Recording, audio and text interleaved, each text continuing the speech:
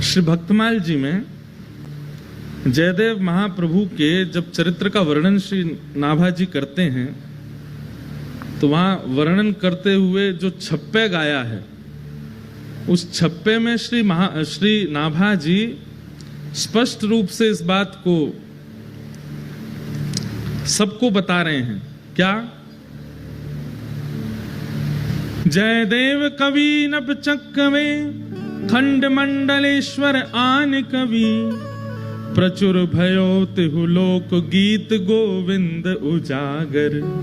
बहुत ध्यान से सुनिएगा आज, क्योंकि गीत गोविंद, कल भी गीत गोविंद हमने गाया, आज भी गीत गोविंद, और महाप्रभु जी को इतना प्रिय है, इतना प्रिय है, उसके बारे में थोड़ी हम चर्चा करें। प्रचुर भयो तिहु लोक गीत गोविंद उजागर। गीत गोविंद की महिमा केवल पृथ्वी पर नहीं है। एक बार की बात है कि एक राजा थे, उन राजा के यहां पर देवता भी आते थे, गंधर्व भी आते थे, पाताल लोक के नाग नागिन भी आते थे। तो एक बार उन राजा के उस सभा में, सब लोग इधर देखो, बहुत ध्यान से सुनो, देवी देवता गंधर्वजन और पाताल लोक के, रसातल लोक के, यमलोक के सब जीव भी वहां आए हुए थे, सब देवी देवता आए हुए थे। तो राजा ने सबकी अगवानी में सबको विराजमान करके किन्हीं गायकों को बुलाया और उन गायकों ने आकर के गीत गोविंद गाया, जयदेव महाप्रभु के द्वारा रचित। तो गीत गोविंद सुनकर के राजा ने उन सबसे कहा कि आपको ये संगीत कैसा लगा? तो स्वर्गलोक के देवी देवता और रसातल लोक के यमदूत आदि ये सब क्या बोले? बोले ये तो हम रोज सुनते हैं। क्यों? बोले हमारे लोकों में भी इसका पाठ होता है। तब से ये बात प्रचलित हुई कि भैया गीत गोविंद केवल पृथ्वी पर प्रचलित नहीं है, इसको तीनों लोकों में सुना जाता है, सब सुनते हैं। अगर व्यक्ति को गीत गोविंद याद हो, और भगवान ना करे ऐसा कभी हो नहीं सकता कि गीत गोविंद याद हो और उसको यमदूत पकड़ने आ जाएं। यमदूत कब आते हैं? मृत्यु काल में आते हैं। वैसे तो गीत गोविंद याद करने वाले को यम यातना नहीं भोगनी पड़ेगी, लेकिन बाय चांस फिर भी जीवन के अपने व्यवहार स्वभाव नहीं बदले, लेकिन गीत गोविंद याद कर लिया और अंतिम काल में उसके व्यवहार स्वभाव के कारण कहीं अगर यमदूत आ गए और उसने केवल अगर इतना ही गा दिया ना, श्रुत कमला कुछ मंडल धृत कुंडल ए, तो यमदूत वहीं हाथ जोड़ करके खड़े हो जाएंगे, हाथ जोड़ कहेंगे भैया तुम यमलोक के अधिकारी नहीं हो, चलो हम तुम्हें सीधे महाप्रभु जगन्नाथ जी के पास ले चलते हैं। और यमदूत तो क्या ले जाएंगे, यमदूत वहां से अंतर ध्यान होंगे, विष्णु दूत आएंगे और लेकर के जाएंगे। गीत गोविंद का ऐसा भाव। तो प्रचुर भयो तिहु लोक गीत गोविंद उजागर, तीनों लोकों में उसका गुणगान गाया जाता है, केवल पृथ्वी लोक पर गीत गोविंद प्रचलित नहीं है। हमने तो कितने अनुभव किए हैं गीत गोविंद के प्रति। एक हम आप लोगों को सावधानी बताना चाहते हैं, बस वो ध्यान से सुनिए।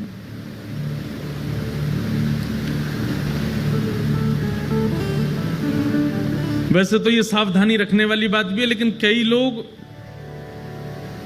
टेस्ट लेने के लिए इसको कर भी सकते हैं कि प्रयास करें कि गीत गोविंद जब गाया जाए और गीत गोविंद का जब पाठ किया जाए तो उस समय स्थान, मौसम और लोगों को देख लिया जाए। अगर स्थान उचित नहीं है, ये विचार कर लेना चाहिए कि महाप्रभु अगर जगन्नाथ जी यहां आए तो उनके योग्य व्यवस्था है कि नहीं।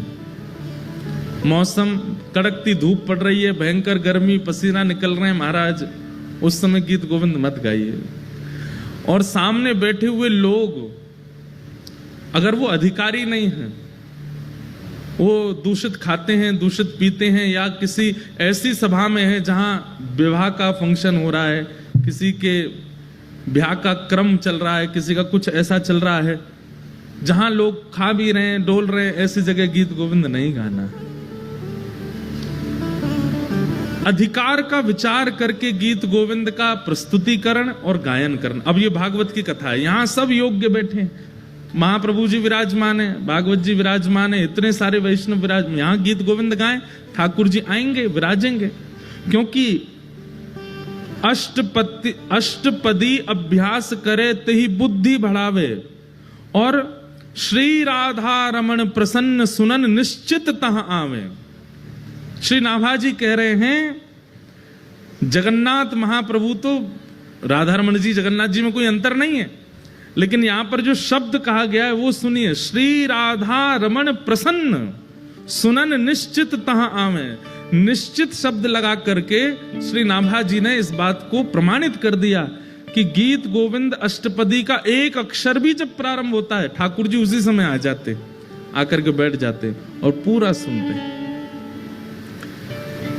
तो इसमें विचार ये रखना चाहिए कि अष्टपदी कहीं भी ना गाई जाए, कभी भी इसका वाचन ना किया जाए। कई बार ऐसा होता है कि हम लोग सफर कर रहे हैं, गाड़ी में बैठे हैं, गाड़ी में बैठे बैठे आपको, कई लोगों को आदत होती है कीर्तन सुनने की, भजन सुनने की। अब उस समय अगर आपने ट्रैप रिकॉर्ड में गीत गोविंद चला दिया और गाड़ी पूरी पैक बैठी है, ठाकुर जी कहां बैठेंगे बेचारे आके? ठाकुर जी कहेंगे भैया ऊपर इसके कैरियल भी नहीं है, कहां लटक जाएं हम। अच्छा ये निश्चित है कि ठाकुर जी आएंगे, तो ठाकुर जी को श्रम होता है, बेचारे लटकते हुए सुनते हैं, लेकिन सुनते जरूर हैं। अच्छा इसमें एक चीज हम कह सकते हैं कि जैसे सीडी में चल रहा है, किसी का गाया हुआ चल रहा है, मतलब आधुनिक यंत्र से अगर गीत गोविंद गाया जा रहा है तो ठाकुर जी हो सकता है नहीं आते होंगे, लेकिन कोई भक्त बैठ करके गाता होगा तब तो ठाकुर जी निश्चित आते हैं। तो इसलिए उस समय सावधानी रखो, गाने में कोई अपराध नहीं लगेगा आपको। भक्तमाल जी में एक लीला आती है कि एक माली की बेटी थी, उसको गीत गोविंद याद हो गया। वो गीत गोविंद कब गाती थी? जब अपने बगीचे में बैगन तोड़ने जा रही थी एक दिन। अब बैगन तोड़ने के लिए जा रही थी तो सघन वन था, वहां कांटे लगे हुए थे। अब वो तो बच बचा के निकल रही थी अंदर और गाती हुई जा रही थी। महाप्रभु जगन्नाथ जी व्याकुल हो गए, कोई गीत गोविंद गा रहा है, और तुरंत दौड़े ठाकुर जी। और ठाकुर जी इतने रसिक हैं गीत गोविंद के कि ऐसे नहीं कि दूर बैठ के सुन लिया, कोई गा रहा है तो वहीं से नहीं, सामने बैठ के सुनते हैं, श्रोता का पूरा निभाते हैं नियम। अब वो तो सघन वन में कुंजों में घुसती जा रही थी। महाप्रभु जगन्नाथ जी सोचे कहां से आ रही आवाज, इनमें ये कांटों के वृक्ष लगे हैं, बेल छाई है, इसमें भीतर घुसी हुई है, वहां से बैगन तोड़ती हुई गा रही है। महाप्रभु जगन्नाथ जी हैं भी खूब विशाल, खाते पीते घर के हैं, मोटे ताजे हैं। और जैसे ये घुसे भीतर, सोचो कभी कभी इमेजिन करो इनके स्वरूप को, ये कैसे घुसे होंगे भीतर। जैसे ही भीतर पहुंचे तो कहीं कहीं से तो वस्त्र फट गए इनके, कहीं पर कांटे लग भी गए, लेकिन मधुर मुस्कान ठाकुर जी सुन रहे हैं। कभी कभी लगता है कि महाप्रभु जगन्नाथ जी 24 घंटे प्रसन्न मुद्रा में ही रहते हैं। क्यों? क्योंकि 24 घंटे कहीं ना कहीं गीत गोविंद चलता ही रहता है, इसलिए ठाकुर जी प्रसन्न रहते हैं, इतना प्रिय है ठाकुर जी को। तो महाप्रभु जी उसका गीत गोविंद सुन रहे थे, बड़े भाव से गा रही थी। जैसे गीत गोविंद विश्राम हुआ, महाप्रभु जी दौड़े मंदिर के लिए, मंदिर में जाकर के विराजमान हुए। तभी पुजारियों ने देखा बलभद्र जी सुभद्रा जी के वस्त्र तो बिल्कुल बढ़िया हैं और ये इनके अस्त व्यस्त हो गए, फट गए जगह जगह से। पूछा, हे महाप्रभु जी ये आपके वस्त्र कैसे फट गए? तो महाप्रभु जी ने ये भाव बताया कि मुझे गीत गोविंद बहुत प्रिय है, और कोई व्यक्ति कभी कहीं गाता है तो मुझे, मेरा मन होता है कि मैं वहां पहुंच जाऊं। तो अभी कहां गए थे? तो बताया, बोले एक माली की बेटी है, बैगन तोड़ के गाती है, मैं घुस गया भीतर, फट गए मेरे वस्त्र। उसी दिन वहां के गजपति राजा ने ये नियम बना दिया, पूरे जगन्नाथपुरी को इकट्ठा करके सबसे हाथ जोड़ के निवेदन किया कि जिनको भी अष्टपदी गीत गोविंद याद है, आपसे प्रार्थना है आसन लगा करके उस पर स्वयं बैठी और एक सन्मुख आसन पर रख करके तब गीत गोविंद गाई है, क्योंकि महाप्रभु जी आते हैं। आप चलते फिरते उठते बैठते कहीं कुछ करते हुए गाएंगे तो उसमें कोई दिक्कत नहीं है, लेकिन महाप्रभु जी को श्रम ना हो। और श्रम दो प्रकार के होते हैं। एक श्रम तो ये होता है कि ठाकुर जी के अनुकूल व्यवस्था नहीं है और ठाकुर जी को गीत गोविंद सुनने का चाव है, वो आएंगे, उनको कष्ट होगा। और दूसरा भाव ये है, मान लीजिए श्री मंदिर में कोई विशेष पूजा चल रही है ठाकुर जी की, और उसी समय आप गीत गोविंद गाने लग गए। ठाकुर जी का आने का बहुत मन है और उस समय सामने विशेष पूजा चल रही है, जा नहीं सकते, तो ठाकुर जी बहु प्रयास करके एक और रूप धारण करके आते हैं। और ठाकुर जी इतना श्रम करके आते हैं और उसके बाद भी आप अनुकूल जगह नहीं देखते, तो उनको पीड़ा तो होती है। पीड़ा तो खैर क्या, वो श्रमित तो होते हैं, और वैष्णव का स्वरूप है वो ठाकुर जी को श्रमित नहीं कराता।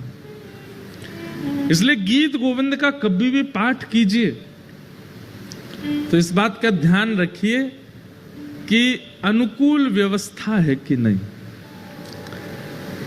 चलते फिरते उठते बैठते अगर गाड़ी चल रही है तो रोक लीजिए, बगल वाले को उतार दीजिए, विचार कीजिए महाप्रभु जी बैठे, अब गाते हैं। बहुत ही चाव आ रहा है, गाने का बहुत मन हो रहा है, ऐसी स्थिति में आप गा सकते हैं। जहां अनुकूल ऐसा लगता हो कि ठाकुर जी विराजेंगे तो उनको संकट कष्ट नहीं होगा, ऐसी जगह गीत गोविंद गाइए। जहां योग्यताएं दिखती हो वहां गीत गोविंद का पाठ करो, क्योंकि श्री नाभा जी कहते हैं, राधा रमण प्रसन्न सुनन निश्चित तहां आवे। और एक बहुत विशेष बात गीत गोविंद के लिए, अष्टपदी अभ्यास करे तेहि बुद्धि बढ़ावे। अगर कोई व्यक्ति गीत गोविंद अष्टपदियों का अभ्यास करता है, केवल श्रुत कमला कुछ मंडल एक ही अष्टपदी याद करने से काम नहीं चलेगा। ये हमारे पास पूरा गीत गोविंद है, इसमें बहुत सारी अष्टपदियां हैं। और अष्टपदी का स्वरूप ऐसा है कि सब संस्कृत पढ़ने में बहुत आसान लगेंगी, लेकिन गीत गोविंद महाकाव्य की संस्कृत आसानी से पढ़ी नहीं जा सकती।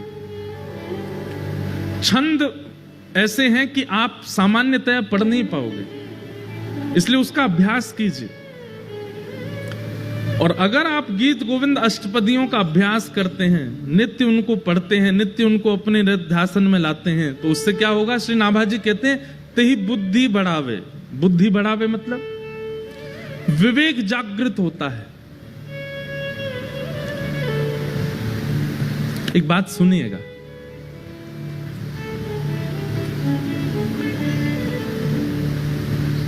तीन प्रकार के दुख होते हैं जीवन में, बहुत ध्यान से सुनिए। तीन प्रकार के दुख होते हैं, कर्म, काल और स्वभाव। सबसे पहले दुख का कारण क्या है, हमारा कर्म। हम जैसा करते हैं हमको भोगना पड़ता है, चाहे कितना भी बड़ा व्यक्ति हो, अगर उसने गलत किया है उसको भोगना पड़ेगा। हाँ, ऐसा होता है कि आपने अगर गलती की और बाद में आपको उसका आभास हो गया कि मैंने गलत किया, और उसका अगर आपने प्रायश्चित किया तो गलती से मिलने वाला जो आपको दंड है वो 40% कट जाएगा, 60% तो फिर भी भोगना पड़ेगा। नाम जप से 30% और घट जाएगा, 30% तो भोगना पड़ेगा। और फिर जीवन के स्वभाव व्यवहारों को सुधारने से 20% और घट जाएगा, 10% फिर भी भोगना पड़ेगा।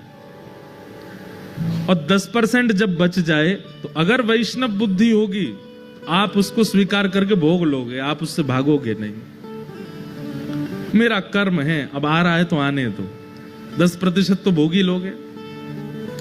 तो पहले दुख का कारण कर्म, दूसरे दुख का कारण है काल, समय। सब लोग इधर देखिए, ध्यान से सुनो। और जब काल दुख रूप धारण करता है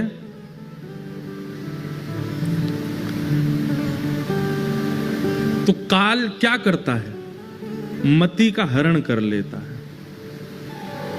व्यक्ति का जब समय खराब आता है ना, तो कितना भी बुद्धिमान हो, उसकी बुद्धि उल्टी हो जाती है। भगवान स्वयं गीता में अर्जुन को कहते हैं कि जब मुझे किसी के ऊपर बहुत देख के लगता है ना कि भाई बहुत फूल लिया, अब तू आजा, चपेटे में आओ हमारे में, तो हम क्या करते हैं? कुछ नहीं करते, केवल उसकी बुद्धि का हरण कर लेते हैं। उसकी सोच ही पलट जाती है। उसने इतनी कथाएं सुनी, इतना ज्ञान, इतने गुरुजनों से उसने सब कुछ सीखा, लेकिन अपने जीवन के व्यवहार स्वभाव को नहीं बदलता है, तो फिर ठाकुर जी काल का जब दुख आता है तो मति का हरण कर लेता है। कितनी बड़ी बात है। अगर कोई व्यक्ति गीत गोविंद का नित्य पाठ करता है, अष्टपदी का अभ्यास करता है, जीवन में ऐसी स्थिति नहीं आएगी कि उसकी मति का हरण हो। ठाकुर जी फिर उसकी मति का हरण नहीं करते। स्वयं नाभाजी कह रहे हैं, अष्टपदी अभ्यास करे तही बुद्धि बढ़ावे। अगर कोई नित्य अष्टपदी का अभ्यास करता है, गीत गोविंद का अभ्यास करता है, उसकी मति का हरण नहीं, मतलब उसके जीवन में काल का दुख नहीं आएगा, समय का दुख नहीं आएगा। इतना प्रिय है ठाकुर जी। आहा,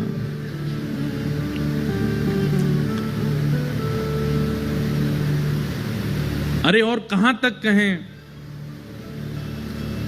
जब जयदेव महाप्रभु पहुंचे और श्री जगन्नाथ महाप्रभु का दर्शन करते हुए गा रहे थे, श्रित कमला कूच मंडल धृत कुंडल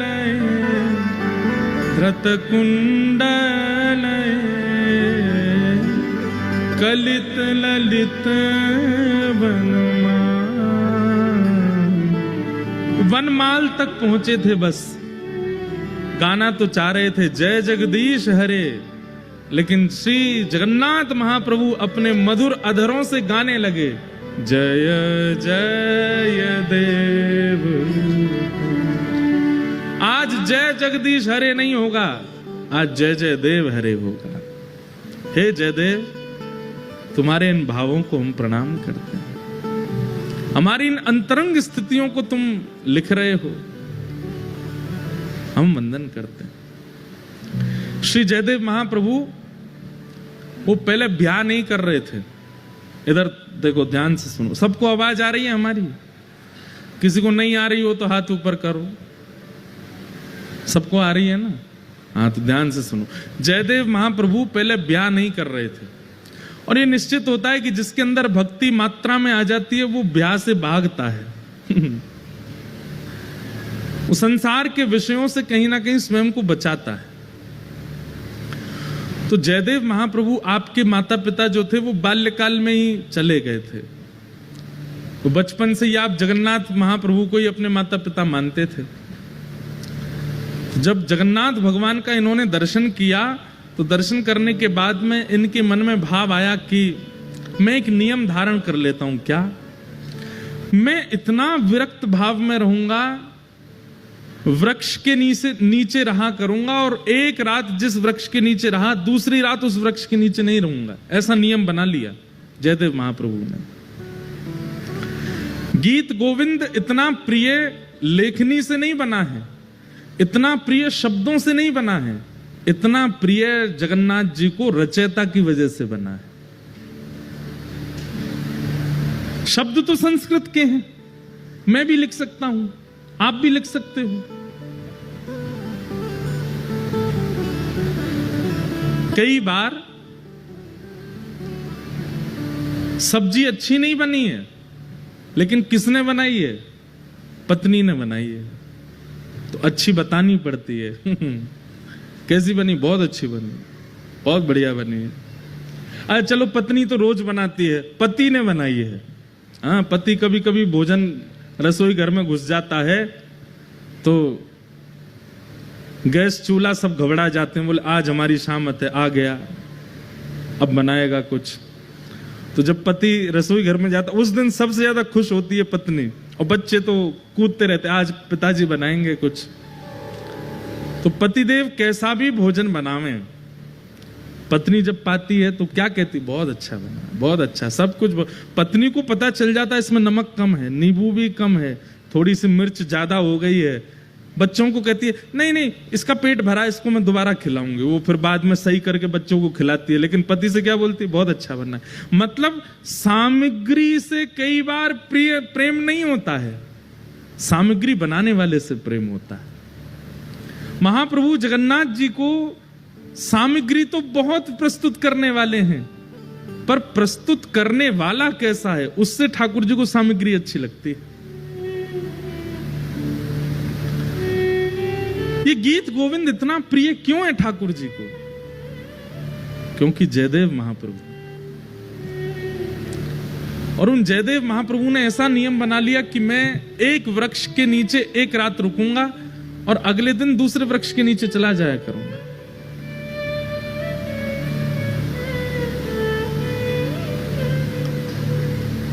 महाप्रभु जगन्नाथ जी को बड़ी चिंता रहती है जयदेव जी की।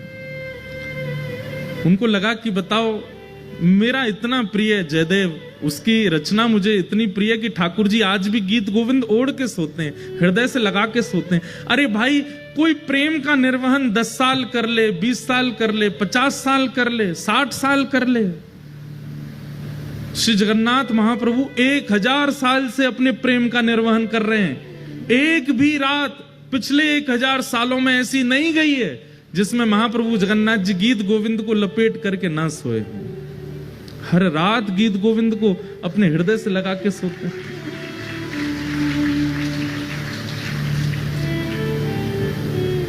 अरे प्रेम विवाह करने वालों के भी प्रेम चलते हैं, लेकिन कुछ वर्षों में कुछ खंडन तो उनके प्रेम में भी आता है। लेकिन ऐसा प्रेमी कौन होगा? महाप्रभु जगन्नाथ जी सोते ही नहीं है बिना गीत गोविंद के, जब तक गीत गोविंद का पाठ नहीं होता नहीं सोते। और केवल जगन्नाथ जी नहीं, बद्रीनाथ चले जाओ वहां पर भी गीत गोविंद का पाठ होता है, द्वारिका में भी गीत गोविंद का पाठ होता है। गीत गोविंद रात में सुनेंगे तभी ठाकुर जी को नींद आती है, तभी सोते हैं।